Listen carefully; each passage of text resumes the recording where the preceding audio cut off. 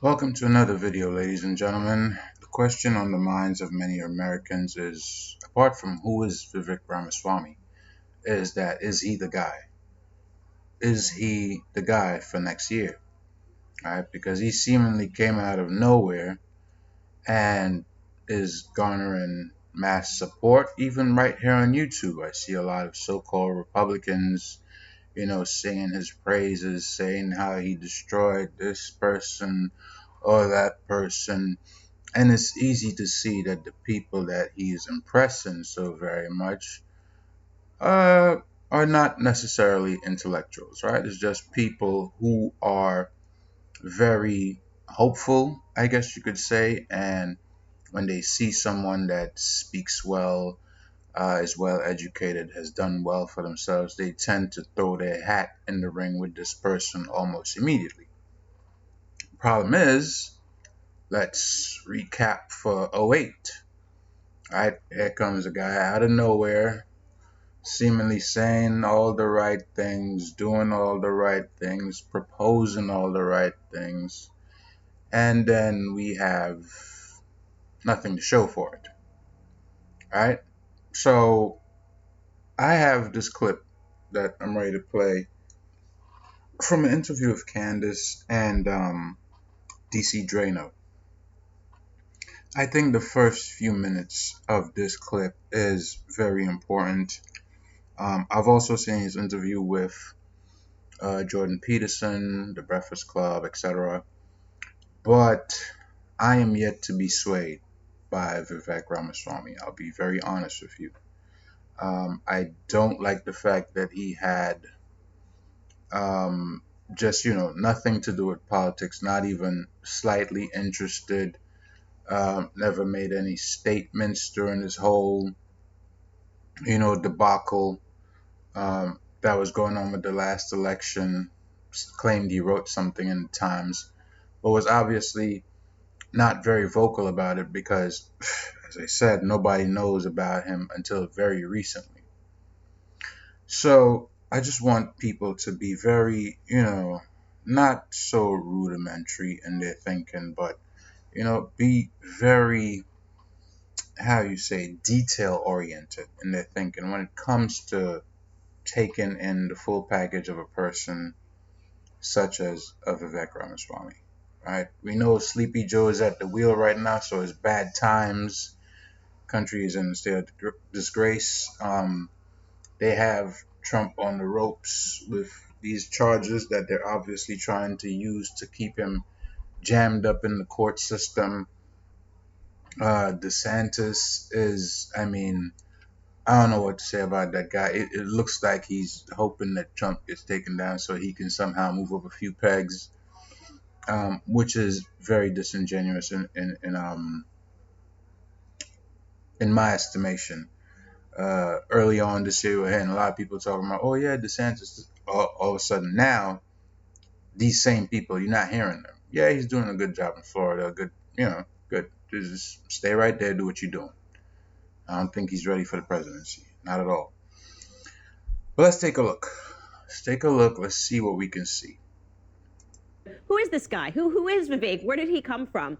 And people are starting to hone in and wonder, ask some questions about you. And they're going through your book now. They're going through every statement you've ever made in the past. It's necessary. You're kind of going through this historical autopsy of sorts. Mm-hmm. And one area that I think people had a lot of questions was regarding January 6th. There were some people that felt that you flip-flopped on your messaging when January 6th took place versus what you could be saying now. Rogan, you were one of the people that felt this way. You said the messaging was switched. So I'll just let you ask him directly of what you felt he said and how you think his message has changed. You saw those three tells, and if you didn't, you're not paying attention. When he agrees, disagrees, and then just scratch the middle of his forehead with his middle finger. Those are three tells. And if you don't know how to read body language, then this is one of the things that people just, it skates right by them and it's like, oh, this guy speaks so well. And, they just drink the Kool-Aid. They're along for the ride on the gravy train, but, not so fast. Yeah. So, I also was, like many, surprised at Vivek's rise. And I saw at the Turning Point conference, people were like cheering for him. And I'm like, who even is this guy? I've never seen a critical interview. And so I started to dig because, as people are pretty well aware, I'm a Trump supporter, have been since, 2016. And the first thing that came across my mind is, why is this guy running against Trump as Trump is being indicted?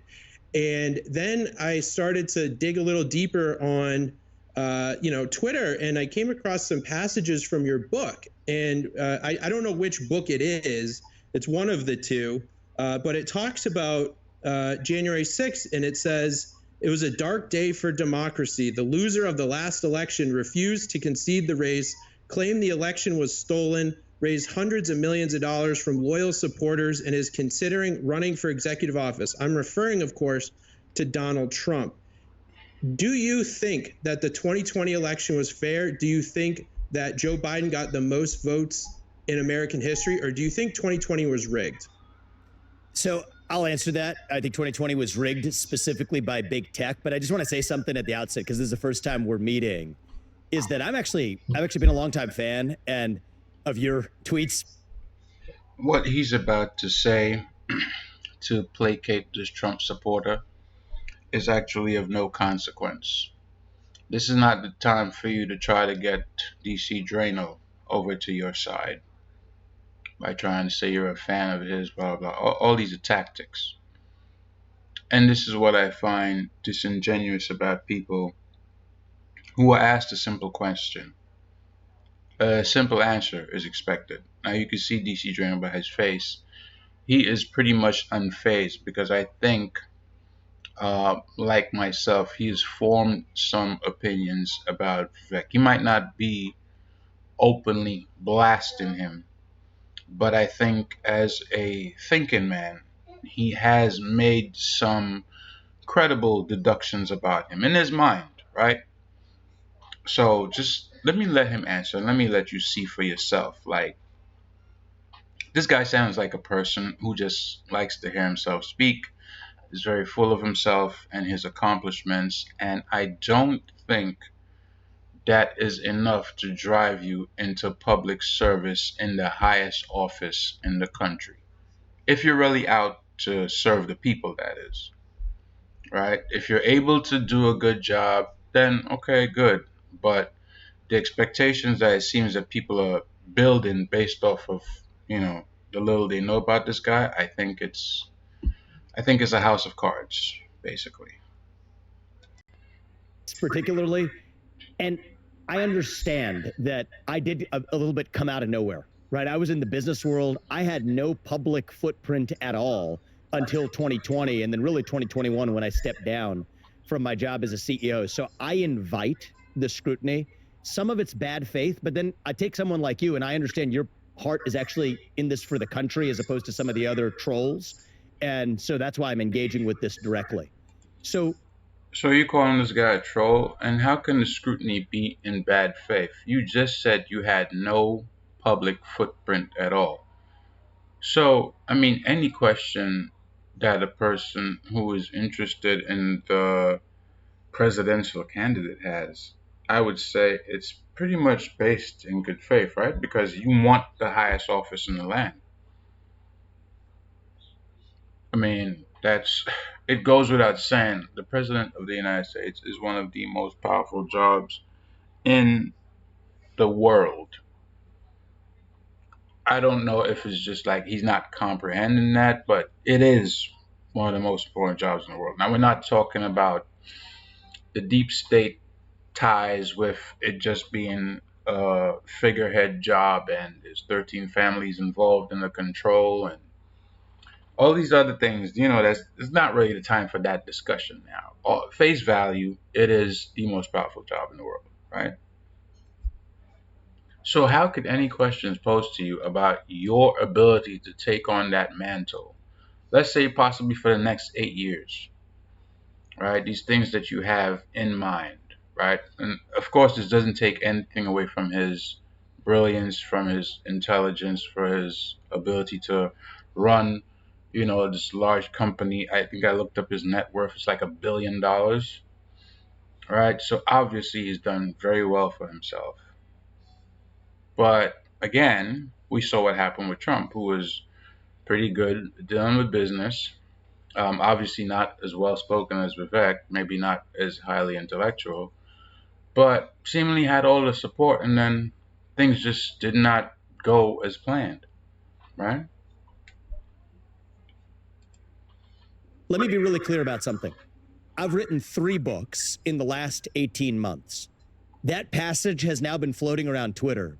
I'd encourage you to read the book, or at least even the chapter that came from. Those lines were tongue in cheek, in part because those were the opening words of the chapter. It was a dark day for democracy. The winner refused to concede the election, raised hundreds of millions of dollars. Those exact words. I'm referring to, of course, Stacey Abrams. That was literally the opening paragraph of that chapter. And it turned out that those words were literally borrowed from a description of somebody else criticizing Donald Trump that I then cut and pasted. So, look, I have detailed messaging on all of this, but you read that chapter and you read that book, it's easy for someone to airlift something out of Nation of Victims without reading the whole book. It was literally a satirical chapter that started with those words that someone had used against Donald Trump, with Stacey Abrams as the punchline. And here's the thing about the books I've written. I wasn't writing them with any intention of running for president, right? And so otherwise you'd read them and can this be misquoted? No. These are, if I may say so myself, I would say intellectual books. These are not candidate books, okay? These are books. Now, we don't know any of that to be true. He's saying that, but the reality is we don't know that to be true at all, or false, right? Nobody was in his head with him when he decided to write these books, which he's now, posting them up as some sort of big accomplishment, which of course it is. But for a person at his level of entrepreneurship, not really. When you have run multi-billion-dollar companies, writing a few books, that's just more notches in your belt. It's not anything above that. But again, he's saying that they had, no really inclination towards him running for president. I don't know if that's true or not. You could just go by his word. But that quote, that is in question, is everybody who's interested in this guy expected to buy these 3 books to get to know who he is? Does he have any idea what kind of financial situation this country is in? People are living from check to check and barely scraping by. Seriously? All right. Books that were written in part of a career, 3 books in 20 months. Candace, and probably you, I don't know if you've written books as well, understand what it takes to write one. I've written 3 and they're not candidate books, are deeply introspective books. So much so that actually even some of the things that I said in Woke Inc., I've moved a little bit from today. What did I say in that book, and I stand by it today? 2 things that I think are really important points. The 2020 election was stolen principally by big tech. The Google search algorithms that suppressed actual stories that you could have read on Donald Trump. Hunter Biden laptop story, suppressed on the eve of an election. There's definitive data showing that actually would have changed the outcome of the election. I personally find that data, just like in terms of the raw numbers, even stronger than the data that's yet been presented on ballot fraud, though I think both existed. I've been very clear about where I stand on ballot fraud. Now, I find that statement there a little deceptive, or a lot deceptive, depending on what you know about the ability to commit ballot fraud. I wish I could present the video now, but anybody that sees this and would like to contest that theory, there is a gentleman who actually he deals in credit card fraud, right? How people can steal your information on this basically internet superhighway. And he makes a case for how these voting systems that are used can be manipulated. So it's not out of the realm of possibility, especially when you have people. As I said, this is the highest office. If you have somebody that wants to get there badly enough, and they're willing to pad the pockets of people to do this kind of work for them, come on, man. There are people that posted videos of this sort of thing happening in the dead of night. The videos were taken down. Some of them, the channels were taken down. Right during this whole debacle, the January 6th, right after elections, people were talking about all the shady stuff with regards to what's happening at the voting stations, the at the polling stations. Sorry, their videos were taken down. Right. And this is not anything to do with big tech, although of course they played a big role as well, hiding stuff, and we found out a lot of that after Elon took over Twitter. But to say that that evidence is something like, okay, you can quantify it, but the other ones you can't, like, all right, were you at either?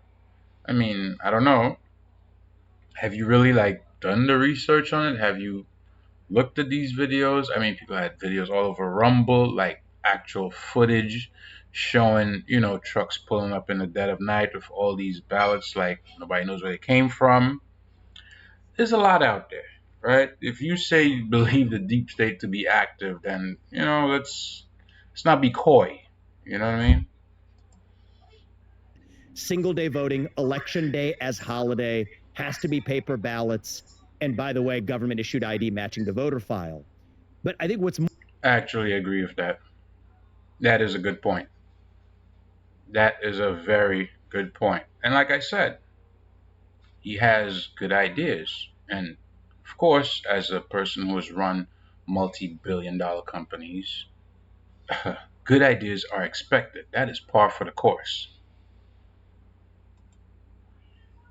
more important to understand as well, and I talk about this in this book, is 2016 was actually even the other election that was stolen from Donald Trump, the election that he supposedly won, where he wasn't allowed to govern for those 4 years.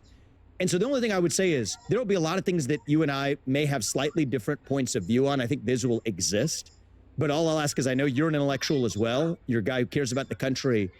Read the books, not some sort of screenshot from Twitter of a purposefully airlifted passage. And about January 6th, what Candace mentioned, and I saw this in one of your tweets too, and I just want to address this, Rogan, just so you're aware. Somebody floated a passage where I said what Trump did that day was reprehensible on January 6th. I said this shortly thereafter. And again, that's another airlift. Read what it was. That wasn't a tweet from me. That was a reply to somebody else's tweet in response to a Wall Street Journal piece that I wrote 2 days after January 6th, or in the days after January 6th. I wrote a piece in the Wall Street Journal that said that censorship, systematic censorship in this country, was the cause of January 6th. And in particular, it was government using tech companies to silence speech. And I said that that would be a friendly parley compared to what's to come. Somebody then asked me, do you excuse what Donald Trump did on that day? And I wanted to be clear, and it's something I'm saying today too, is that no, I would not have handled January 6th in the same way as Donald Trump. And that's a fact, and maybe you and I can disagree on that. I said it then, I stand by it today. I'm not particularly sure what he's saying Donald Trump did on January 6th, because there seems to be a lot of things and charges, even at this point, that are trumped up, if you forgive the quip or the pun. So I'm not sure exactly what it is he's talking about, because he does not go into any, clearly defined statements regarding the president's actions. So that I'm not sure exactly what he's alluding to in that statement. But he said he stands by it, and that is basically where the deep state is. They stand by the accusations that he is responsible for it. So that you have to okay, I don't know if I'm with you there. You know what I mean? But just like I said in the days after January 6th, which caused multiple advisors to my company to resign, which caused me to face great personal cost in the seat that I was in as a biotech CEO, That's the same thing I'm saying today. And so that's a long way of saying we may still have our disagreements, but I'd love to have those disagreements with the full context of what I've said rather than airlifting passages. I'm not accusing you of doing that, but that's what I've seen circulating a lot. And let's have real disagreements instead of fake ones. That's all I would say. So Vivek, I'm just going to jump in here because I did not know, obviously, what you were going to say as an answer to that. And guilty as charged. When I saw the things being passed around, I actually thought maybe he actually did say this. And I will completely own the fact that I did not read it, and I cannot defend. I cannot further offend it because obviously what you're saying in defense makes sense that it was airlifted. Rogan, did you actually read the full chapter either, or did you also see what was circulating? Okay. So what's funny about that, as a Trump supporter, it's not my main point, right? Yeah. So let me preface by saying I respect Vivek for coming on and having this discussion, knowing that I'm a very vocal critic. My main point is that Vivek does not believe there was actual election fraud with the ballots, that he can watch something like 2,000 Mules. Did you see 2,000 Mules, Vivek? I've seen part of it, I have to admit. I did not finish it, but I highly recommend you go watch it because it's probably one of the most important documentaries in recent history that showed massive systemic election fraud across this country. And to me, as a vocal supporter and just a voice for the MAGA base, I will say, if you do not believe that there was election fraud beyond what big tech suppressed, that they are not muling around hundreds of thousands, if not millions of ballots, that if at 3 a.m. in the Detroit TCF arena, they didn't drop off hundreds of thousands of ballots on video, that the Gateway Pundit has exposed, that they were banned from Twitter, that there was... Now, this is what I was talking about, right? There were people out there because they had an inkling of what was going to happen, because it looked like that's the way things that, it looked like that's how things were leaning. So there are people out there, with their video cameras ready to go. And a lot of that footage was posted. And I mean, as soon as it picked up any momentum, it was gone. As soon as it picked up any momentum, it was gone. So you had guys come in here on YouTube saying, hey, I have this Rumble channel. Go there, look at it for yourself, use your own critical thinking, use your own deductive reasoning, and, think for yourself. Don't just go with what mass media is telling you. See through the BS for yourself. And I think that's the point that DC Draino, or what's his name, Rogan, is making right now. Now, I don't know if Vivek would rather stay away from that at this point, just because it was, it was covered up well. We don't have suspects arrested or imprisoned for anything shady, so there's nothing conclusive. Whereas at Twitter, we have conclusive evidence that big tech colluded with the government to hide stories from the public.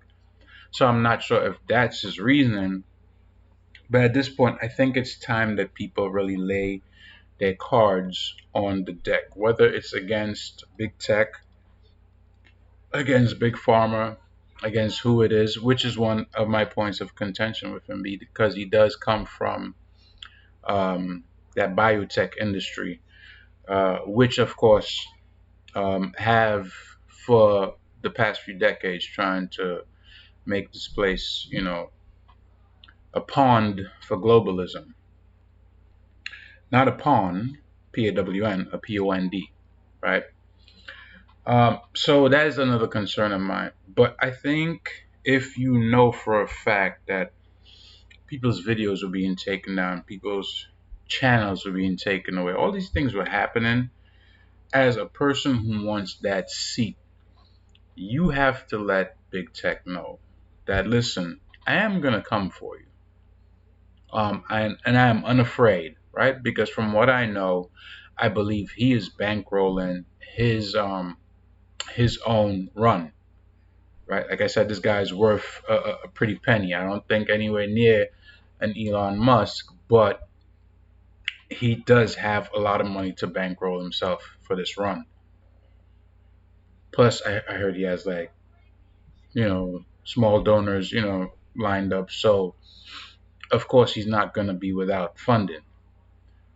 with that being said, I think it is in the interest of everybody who he wants to support him to let them know that that sort of censorship, if he's in office, he's not going to stand for it, because I think that would sway the minds of a lot of people. People like myself, for example. It's not just saying it, but when you get in there, making sure that you do it. You have people like a Mark Zuckerberg having meetings with shady three-letter departments that get him to do things. If he acquiesces, then guess what? You're going to go into the clink too, because listen, you can't do it. I don't care who says you could do it. I don't care who's asking. The answer is no, right? You over here doing all kinds of things with the Constitution and then using, well, so and so from the FBI said, so we just had to. No, no, no, you didn't. No, you didn't. And whoever else, whether it's the head of YouTube, the head of Instagram, Twitter, whoever, and let them know in no uncertain terms. Now, you're not gonna be, you know, sort of the puppet master, allowing people to see this, not allowing them to see that, using your algorithms to attack people that are Republicans when they have a point of view, and then the Democrats get to say what they say. No. So that's something that I think that um, he needs to work on. As I said, I don't know what's going to happen with Trump. My guess is that none of these charges are going to stick, but they're going to try to get him jammed up in court as much as possible so that he can't, campaign. Um, Vivek, obviously, it seems like he's going to do well. DeSantis, I don't know. The other candidates, none really noteworthy, although I saw an interview with, what's his name, Larry Elder. He had a pretty good interview, which I think for African Americans, blacks in general, he made some very good points. But I would say any candidate, what I'm looking for is God, country, and the Constitution. That's it. God, country, Constitution. And if you are not about these three principles, listen, this country is just it's already on a decline. And whoever is there at the top, they need to have the balls to go against the grain. And the grain that we've seen for, with Joe Biden, it's has a slippery slope. Anyways, I think I have talked enough about this clip. I think I went a little longer than I wanted to, but I hope you guys get my point. You get my meaning concerning Vivek. Obviously, he seems to be well educated. He has the finances. But of course, I still have questions. I am not convinced that he is the guy. And there are things that I think he needs to say outright that he has not said yet, or I have not heard him say, which needs to be made public. You know. So until next time, I hope you enjoyed the video. Please share it with everyone you know. I know they claim people don't have long attention spans. I don't believe that to be true. I think people are smarter than we give them credit for, but there is definitely ignorance out there and stupidity. But let's prove the machine wrong, right? Until next time, I'm out. Peace.